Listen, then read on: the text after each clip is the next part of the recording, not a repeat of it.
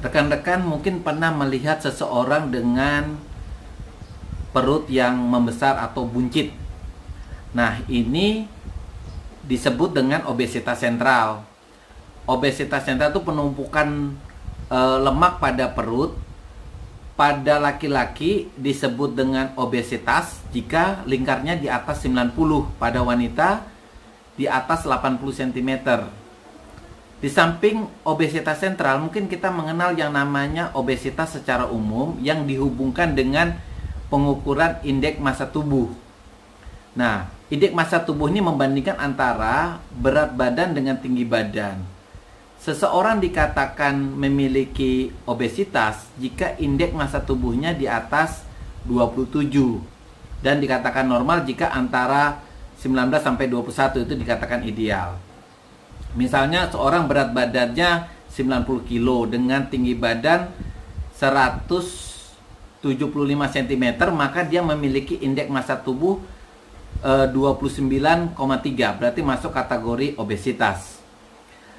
Orang yang memiliki indeks massa tubuh normal belum tentu juga memiliki lingkar perut yang ideal. Kadang ada juga seseorang yang indeks massa tubuhnya baik, normal, tetapi lingkar perutnya di atas 90 cm. Nah, dibandingkan obesitas yang dengan indeks massa tubuh, itu obesitas sentral ini jauh lebih berbahaya karena obesitas sentral ini identik dengan resiko tingkat kematian yang lebih tinggi, kejadian penyakit kardiovaskuler juga lebih tinggi, penyempitan pembuluh darah juga lebih tinggi. Kadang kejadian gangguan ereksi pada pria itu lebih banyak ditentukan oleh obesitas sentral dibandingkan obesitas karena indeks massa tubuh. Nah, obesitas sentral ini adalah cikal bakal atau awal daripada terjadinya sindrom metabolik. Nah, sindrom metabolik itu adalah kumpulan dari beberapa penyakit yang terjadi pada saat yang bersamaan. Nah, kumpulan penyakit itu meliputi adalah tekanan darah tinggi, kemudian terjadinya resistensi insulin, terjadinya gangguan daripada kolesterol, di mana terjadinya peningkatan kolesterol trigliserida, dan terjadinya penurunan daripada kolesterol HDL. Kemudian terjadinya obesitas sentral. Seseorang dikatakan mengalami sindrom metabolik, itu berarti orang itu memiliki risiko untuk terserang penyakit stroke dan kardiovaskuler jauh lebih tinggi daripada orang yang memiliki penyakit misalnya hanya hipertensi atau hanya diabetes. Nah, seseorang yang memiliki obesitas sentral, yaitu khususnya laki-laki di atas lingkar perutnya di atas 90 cm dan perempuan di atas 80 cm, harus waspada ya, karena penyakit sindrom metabolik itu diawali dengan obesitas sentral. Orang yang mengalami obesitas sentral ini terjadi perlemakan pada tubuhnya, mengakibatkan gula darah itu tidak bisa masuk ke sel. Akibatnya pankreas akan menghasilkan insulin yang lebih banyak. Walaupun pankreas menghasilkan insulin lebih banyak, tetapi kadar gula darahnya tinggi disebabkan karena glukosa darah tidak bisa masuk ke dalam sel. Akibatnya, maka tubuh akan menggunakan lemak sebagai sumber energi. Lemak yang digunakan sumber energi akan menghasilkan sitokin seperti interleukin, TNF alfa yang merupakan proinflamasi yang justru akan memperberat terjadinya resistensi insulin. Gejala-gejala orang sindrom metabolik bisa bergejala, bisa juga tidak ya. Kalau gejalanya pada umumnya dirasakan sakit kepala, lemah badan, sesak napas, rasa haus, kemudian buang air kecil yang sering. Tetapi tanda pasti ada. Seseorang yang mengalami sindrom metabolik, pertama didapatkan obesitas sentral. Yang kedua, kadar HDL atau kolesterol baiknya itu di bawah 50 mg. Nah, kolesterol baik ini penting ya. Semakin tinggi nilainya semakin baik. Karena apa? Karena kolesterol HDL ini mengantarkan LDL atau kolesterol jahat dan trigliserida ke dalam hati untuk dibuang ke dalam empedu.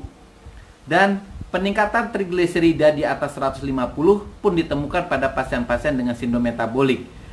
Nah, trigliserida dihasilkan oleh hati, juga didapat oleh makanan, terutama dari nasi maupun makanan-makanan seperti daging atau susu-susu yang berlemak. Nah, ketika orang tidak menggunakan sumber energi dari makanan ini, atau orang yang kurang olahraga misalnya, itu maka kelebihan daripada lemak pada makanan ini disimpan sebagai cadangan lemak di hati, dan terjadilah peningkatan trigliserida di dalam darah. Kemudian terjadi juga peningkatan daripada gula darah puasa ya. Jadi kalau sudah terjadi peningkatan gula darah puasa di atas 100, berarti mulai terjadinya resistensi insulin. Memiliki kriteria sebagai sindrom metabolik harus hati-hati karena memiliki resiko atau tiba-tiba mengalami serangan jantung atau mengalami stroke.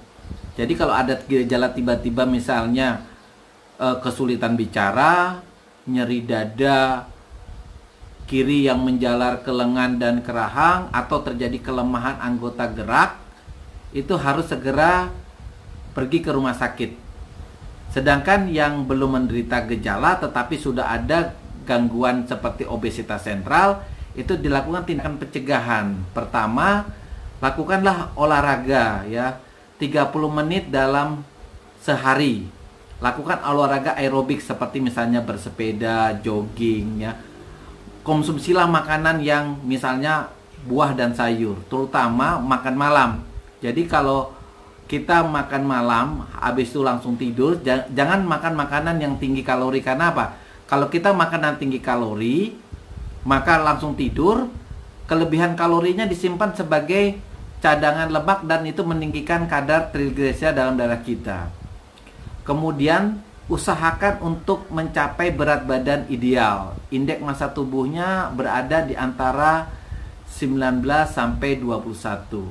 Batasi asupan garam, kemudian lakukan cek kolesterol secara reguler, hindari makanan-makanan yang mengandung lemak jenuh dan lemak trans. Nah, lemak jenuh ini atau lemak trans ini biasanya berasal dari hewan ya, dari daging, dari unggas.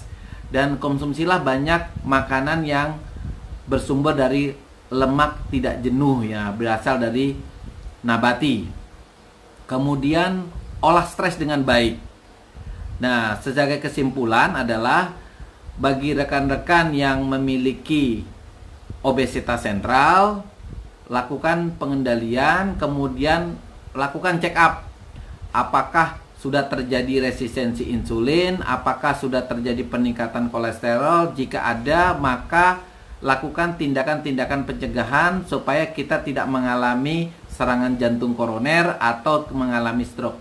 Cukup sekian, terima kasih. Jangan lupa subscribe, like, dan kasih komentar. Terima kasih.